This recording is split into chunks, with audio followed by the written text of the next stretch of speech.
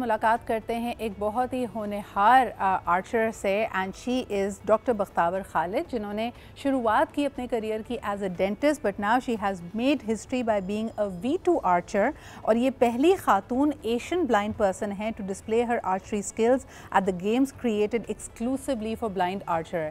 यानी तीर अंदाजी के इस मुकाबले में जहाँ ये बिलखुसूस उन लोगों के लिए ये मुकाबला होता है जो बीनाई से महरूम हैं लेकिन फिर भी अपने निशाने पे सही तौर पे तीर दाग सकते हैं। आइए मुलाकात करते हैं डॉक्टर बख्तावर से। अस्सलाम वालेकुम डॉक्टर बख्तावर।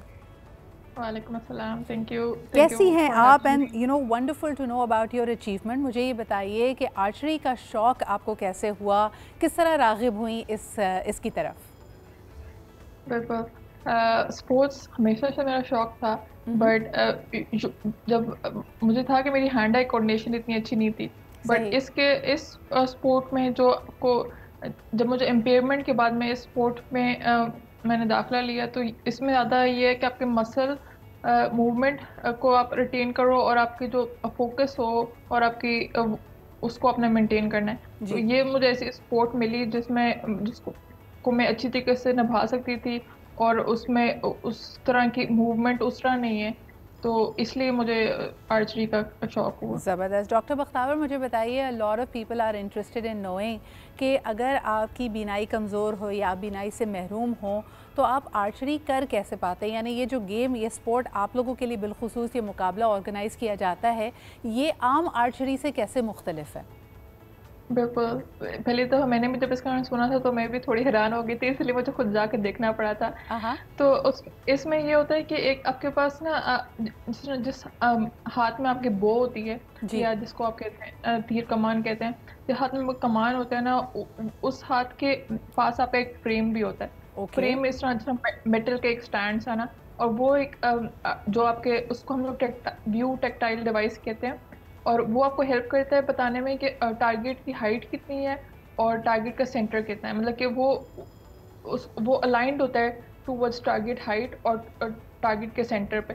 तो फिर उस पे आप हल्का सा उसके पॉइंटर पे अपना हाथ टच करते हो तो आपको पता लगता है कि अच्छा इस डायरेक्शन में आपने मारना है। फिर आपने उस डायरेक्शन के एंगल को मेंटेन करना होता है, और फिर आपने कॉन्स्टेंटली उस एंगल पे मारना होता है। तो ये जो बिल्कुल एक सही। विजुअली मुझे इम्पेयर्ड ये होता है। बताइए doctor Bakhtawar, on a regular day आप कितनी देर तक प्रैक्टिस करती हैं, और अब पाकिस्तान में ये कितना मकबूल है, ख़ास तौर पे for people with special needs like yourself?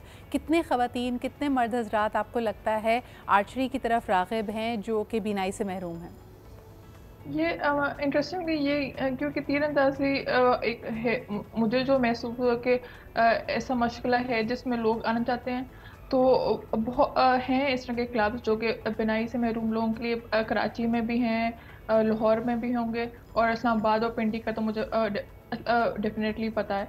तो इस तरह के हैं मौक़े, और जो भी विजुअली इम्पेयर्ड लोग होते हैं उनके लिए और भी स्पोर्ट्स जिस तरह फुटबॉल की तरह की भी होती है विजुअली इम्पेयर्ड के लिए, तो और भी बहुत सारी स्पोर्ट्स होती हैं जिनमें वो अपना पार्टिसिपेट कर सकते हैं। जो बचपन से लोग ब्लाइंड होते हैं उनके लिए उस तरह की स्पोर्ट्स आसान होती हैं अपनाना, पर जो हमारी तरह के लोग जो लेट ब्लाइंड होते हैं ना, उनके लिए इस तरह की स्पोर्ट आसान होती है, क्योंकि इसमें कोई एज लिमिट नहीं है, ये आप किसी वक्त भी उम्र के सीख सकते हो। बिल्कुल और सही। डॉक्टर बख्तावर, एक थोड़ा सा पर्सनल सवाल आपसे करना चाहूँगी, and I am really sorry अगर आपको ये इनसेंसिटिव लगे। मुझे ये बताइए कि जैसे आपने कहा कि उम्र के एक ख़ास हिस्से में आप देख पाएँ और उसके बाद आहिस्ता आहिस्ता आपकी बीनाई चली जाए, क्या इसका असर आपकी मेंटल हेल्थ पे पड़ा था? Did you go through a depressive period? फिर आपने अपने आप को बकअप कैसे किया, दोबारा अपने आप को ज़िंदगी की तरफ राग़िब और अपने हौसले को कैसे और मज़ीद स्ट्रॉन्ग किया? बिल्कुल, मैं इसको इस तरह भी बात करना चाहूँगी कि अभी ये पिछले संडे को इंटरनेशनल व्हाइट केन डे गुज़रा है, जो सफ़ेद छड़ी एक नबीना इंसान का निशान होता है। जी। तो उस वो दिन गुज़रा है, और मेरा मेरी ज़िंदगी के 8-9 साल हुए होंगे जब मैंने ये सेलिब्रेट किया दिन, और मैंने रियलाइज़ किया कि इस सफ़ेद छड़ी की ज़रूरत किस तरह की है। और इसी तरह नबीनापन भी इसी तरह की, जब आपको ज़रूरत होगी तो आप उसको अपनाएँगे, कि आपने बैठे नहीं रहना, आपने उसको नबीनापन का ये मतलब नहीं कि आप कुछ कर नहीं सकते, मगर आपने करना है तो अपने फिर उसके मुख्तलिफ आलात हैं जिसकी मदद से आपने वो करना है। तो जिस तरह आप चलना है तो आपने सफ़ेद छड़ी के तरह इससे चलना है, आपने कंप्यूटर इस्तेमाल करना है तो आपने सुन के इस्तेमाल करना है, आपने उसको किसी हर काम को करने का एक मुख्तलिफ तरीका होगा, पर ये नहीं हो सकता कि आप वो काम ना करें। बिल्कुल जिस सही तरह अगर है। आपने आर्चरी करनी है तो आपने किसी और तरीके से करनी है। बिल्कुल सही। डॉक्टर बख्तावर, आपकी इस सफ़र में सबसे बड़ी स्ट्रेंथ या सपोर्ट सिस्टम कौन था? सबसे ज़्यादा आपको सपोर्ट अपने वालिदैन की तरफ से मिली, कुछ दोस्तों की तरफ से मिली, बहन भाइयों की तरफ से मिली? मैं जानना चाहूँगी, who are the unsung heroes in your life? मेरी फैमिली और मेरे फ्रेंड्स सारे अनसंग हीरोज़ हैं। मेरे फ्रेंड्स ने मुझे पढ़ाई में हेल्प की, मेरी फैमिली मेरी मोटिवेशन में हेल्प करती है, क्योंकि इस तरह तो नहीं कि एक दफ़ा मैं बस अपनी मैंने एक दफ़ा मैंने कर लिया अपने आप को मोटिवेट, और अब मैं कभी भी डीमोटिवेट नहीं होती। तो उस सारे को फिर से मुझे मोटिवेट करने के लिए मेरी फैमिली होती है मेरे साथ।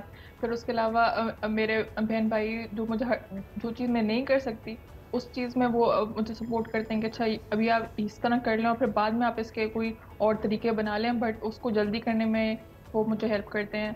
तो सारे बहुत मैं इस बात में बहुत लकी हूँ कि माशाल्लाह मेरी बहुत सपोर्टिव फैमिली मुझे है। ना सिर्फ आप बहुत लकी हैं, but you are a role model for so many people. Thank you so much doctor Bakhtawar for making time for us and for being this very positive influence for our society. यानी यहाँ पे जहाँ ख़वातीन आम तौर पे sports नहीं करती, you are a person with special needs and you have really created history by representing Pakistan at this unique competition. बहुत बहुत शुक्रिया हमारे साथ मौजूद रहने के लिए।